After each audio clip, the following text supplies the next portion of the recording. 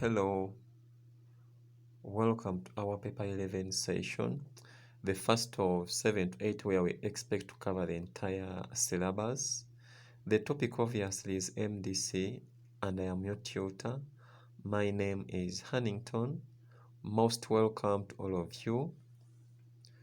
Alright, you have the class notes already. Our topic for today is cost estimations and cost behavior. Now, the learning objectives, of course, after studying this chapter, you should be able to identify and describe the different methods of estimating costs, calculate regression equations using the high-low method, scattergraphs and the least squares technique, identify and explain the basic steps to estimate cost functions from past data. Then we are also going to look at the learning curve analysis, and by the end of this chapter you should be able to describe the learning curve. You should be able to compute the average and incremental labor hours for the different output levels.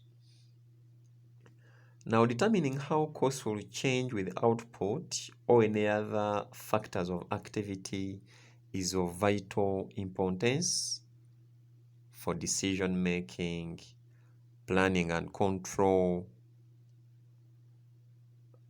budgeting.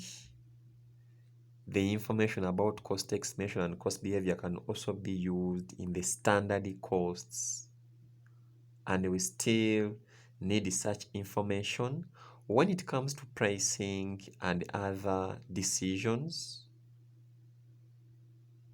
All these depend on estimates of costs and the distinguishing between fixed and variable costs at the different activity level. Unfortunately, some costs are not easy to predict since they behave differently under different circumstances. For example, we have what we call the variable costs.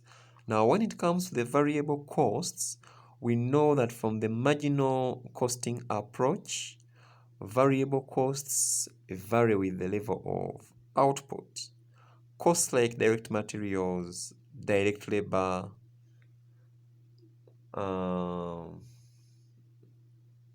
variable overheads, all these are treated as variable costs, and fairly accurate estimates of these costs can often be prepared. However, we also have some other costs which costs are likely to be fixed or are likely to be the same regardless of the change in the level of output. These are known as the fixed costs. Costs like depreciation expense,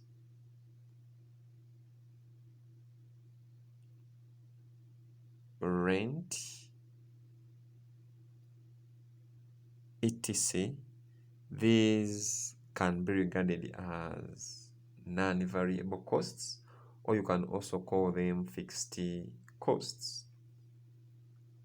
Now, when it comes to the fixed costs, these are easily predicted.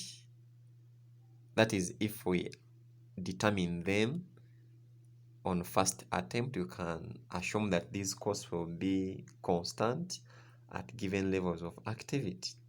Now, in some scenarios, you'll find that some costs are fairly easy to classify as purely variable, fixed, or step fixed, but others fall into a mixed cost category known as the semi-variable costs. Now, a semi-variable cost is a cost that has both the fixed and the variable component, meaning that such costs can change as output changes, but they can also be constant whenever there is a change in the activity level.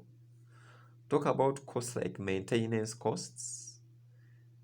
This can be a semi-variable cost consisting of a planned maintenance that is undertaken whatever the activity, and a variable element that is directly related to activity. So whenever we have such costs, then it means that we cannot easily predict these costs until we first analyze them as fixed and variable cost elements. So in this chapter, we are going to look at how we can estimate costs, how we can analyze semi-variable costs into their fixed and variable elements. This information, of course, is important in budgeting, as I told you, pricing decisions, cost control, standard costing, and so on. Now, when it comes to estimating costs, we need to know the behavior of costs. As I have told you that we have variable costs, those costs which vary with the level of output. We have the fixed costs that are likely to remain unchanged regardless of the level of activity, as well as the semi-variable costs, which have both features of the variable and the fixed costs. Now, how do we predict costs?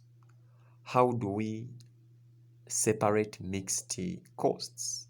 Now, in our next section, we are going to look at the different methods or different approaches which we can use to make predictions of costs, methods which we can use to analyze costs into their variable and fixed elements.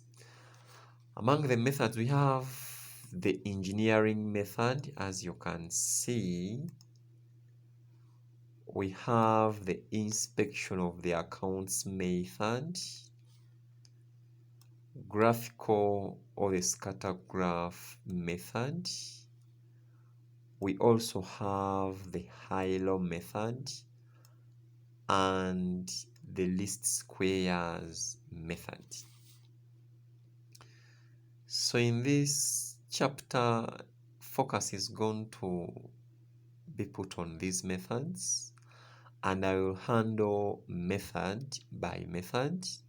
And don't forget, some of these approaches are mathematical, so we have to look at some questions whereby we have to show the application of these methods, how to use the inspection of the accounts method, the high-low method, as well as the least squares method. Now we are going to start with the engineering method. The engineering method, of course, this method can be used to analyze cost behavior based on engineering analysis and technological relationship between inputs and outputs. That is the engineering method. A method of analyzing cost behavior based on the use of engineering analysis of technological relationships between inputs and outputs, meaning that this approach is more appropriate where there is a physical relationship between cost and a cost driver. Appropriate where there is a physical relationship between costs and the cost what? And the cost driver. Don't forget that the cost driver is a basis used to allocate costs to cost objects in an ABC system. So meaning that whenever there is a cost, there is likely to be a cost driver as that major factor that influences the cost of any support activity. Now, this method, of course, is useful for estimating cost of repetitive processes where input-output relationships are clearly defined. For example, this method is usually satisfactory for estimating costs that are usually associated with the direct materials, labor, machine time, because these items can be directly observed and measured. For example, we can measure the quantity of materials used to produce a given level of output. We can observe the number of labor hours used as well as the machine time, meaning that for this method to be used, there has to be that relationship between the cost and the cost driver, meaning that whenever there is a change in the cost driver, there should also be a proportionate change in the costs. Now, one thing which we have to keep in mind is that this engineering method is not a method that can be used for separating semi-variable costs. We cannot use this to separate semi-variable costs, meaning that this method can only be used only to predict costs, and it is more appropriate where there is a physical relationship between costs and the cost drivers.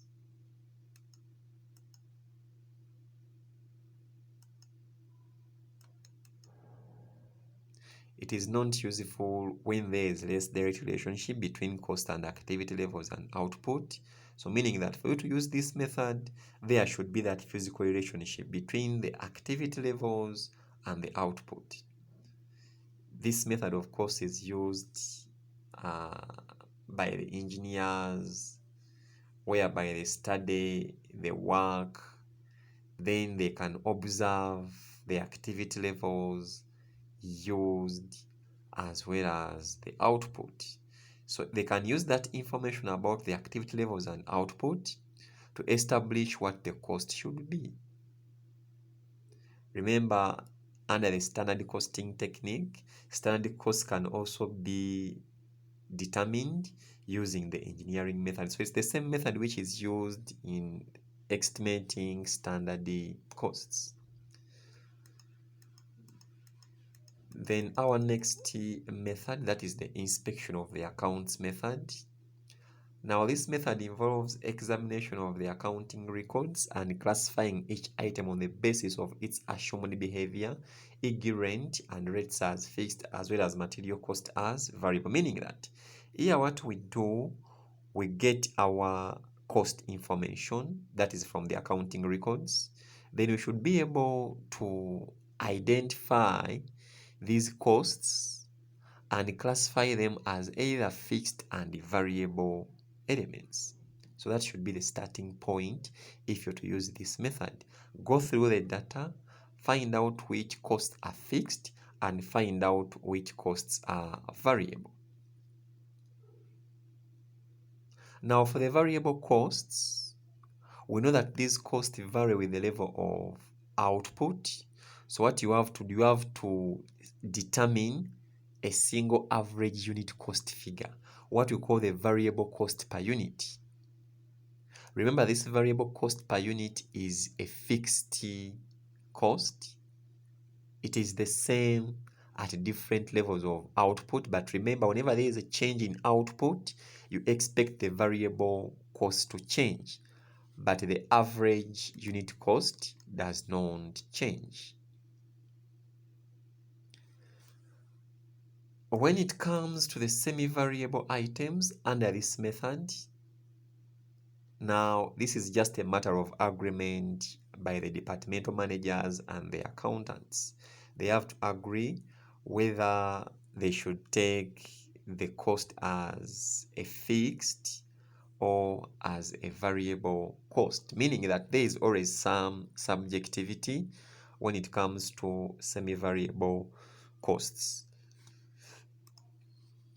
Now this inspection accounts method, of course, we have to look at an illustration on how we can use this method. Remember, this method is examined, so it's one of those methods which you have to be familiar with. You have to know how to use the high-low method. This method is quick and inexpensive, meaning that it can be easily used and it is cheaper to use as long as you have the information and you can be able to analyze this information into variable and the fixed cost information.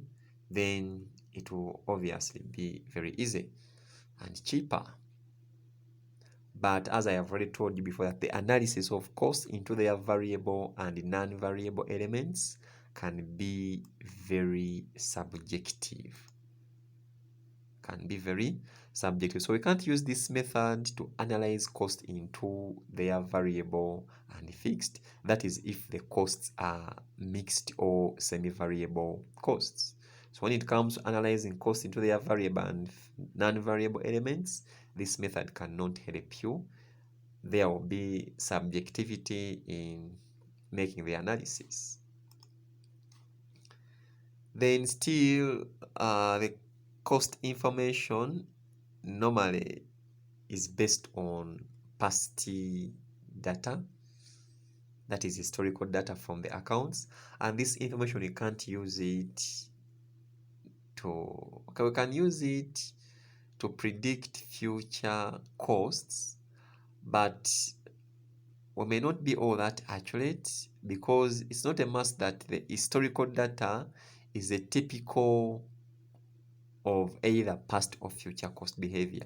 Costs can change depending on the changes in the environment, depending on the changes in the production techniques, depending on the production processes, and so on. Then the other limitation of the method is that dealing with semi-variable cost is often arbitrary, and still this method does not put into account the step costs, those costs that are constant at a given level. They increase, they become constant. So these costs behave in a ladder format. Now, when it comes to the inspection accounts method, it can't deal with such costly behaviors. From there, we have the high-low method. It is used to identify the fixed and the variable elements of costs that are semi-variable. In using this method, the following steps can be followed. So you always review records of cost in previous periods, select the period with the highest activity level, and select the period with the lowest activity level. So look at the high costs and the low costs. Look at the highest activity level and the lowest activity level. Determine the total cost at the highest activity level, total cost at low activity level, and the total units at high activity level, and total units at low activity level, meaning that we should be having the highest cost as well as the lowest cost, as well as the units at the highest activity level and the low activity level. Then the next step, of course, is to come up with a variable cost per unit, and that is always the difference in total cost at the different activity levels and the difference in total units at the different activity levels as in step 2. Then step 3 is all about coming up with the fixed costs, and remember that fixed costs are the same at any activity level. So meaning that you just need to get the total cost at any activity level, then minus the variable cost. What you come up with will be your fixed costs. Remember the variable costs, that is the variable cost per unit times the units at any activity level. Now the high-low method is very simple and easy to use. We can use it to make predictions of costs, and at the same time we can also use it to analyze costs. Those are the semi-variable costs into their fixed and variable elements. However, this method also has some limitations or some problems. One of the problems is that it ignores all cost information apart from the highest and the lowest volumes of activity. So meaning that here we are just interested in the highest and the lowest volumes of activity, as well as the cost for those volumes of activity. So that other information, which is not high, which is not the highest and the lowest, we don't need that information. What we are interested in is just the highest and the lowest volume. But this information may not be representative of the cost at all levels of activity.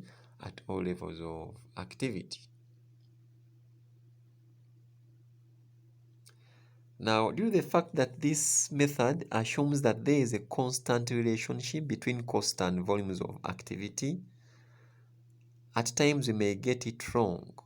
So meaning that there can be inaccurate cost estimates produced as a result of that assumption. Then still the estimates are based on historical information and conditions keep on changing. So this historical information may not result into reliable estimates because conditions may have changed. So those are some of the limitations of this method.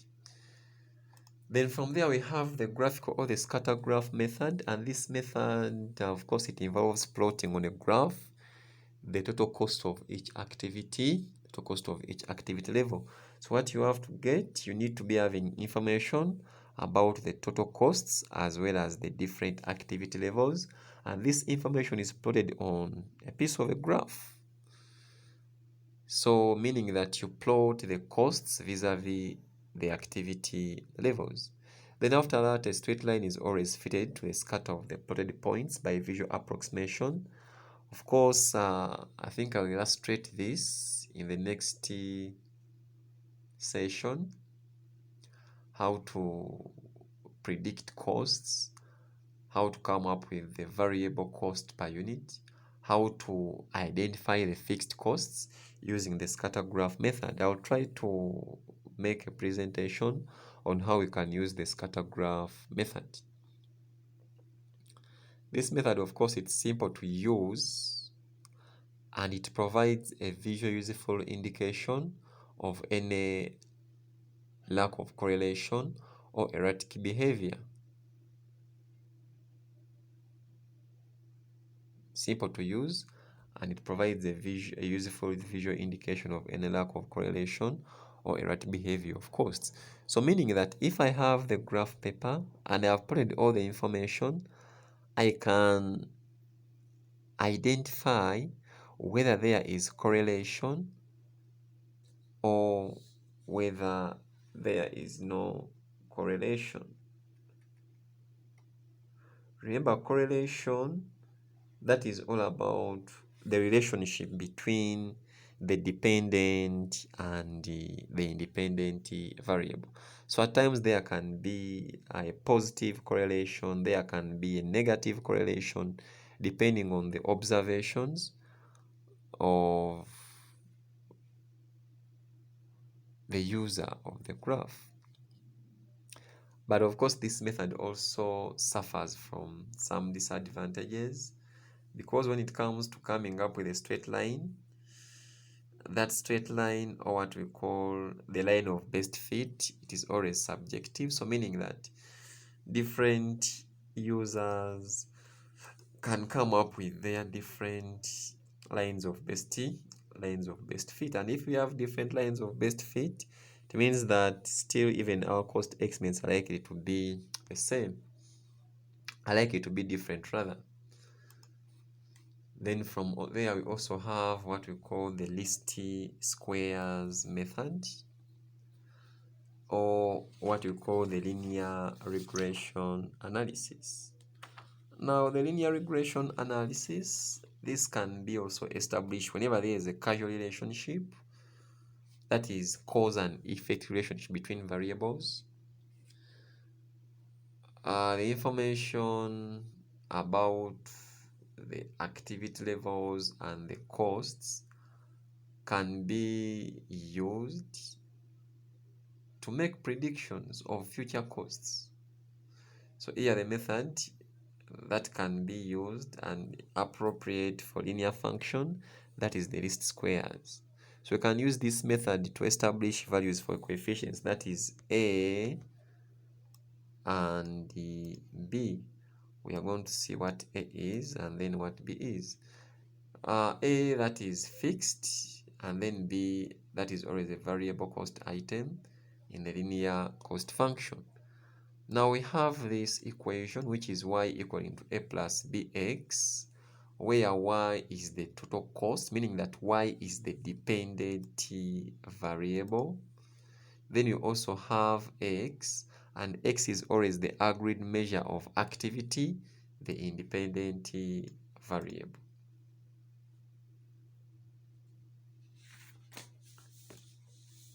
Now here we have a cost function.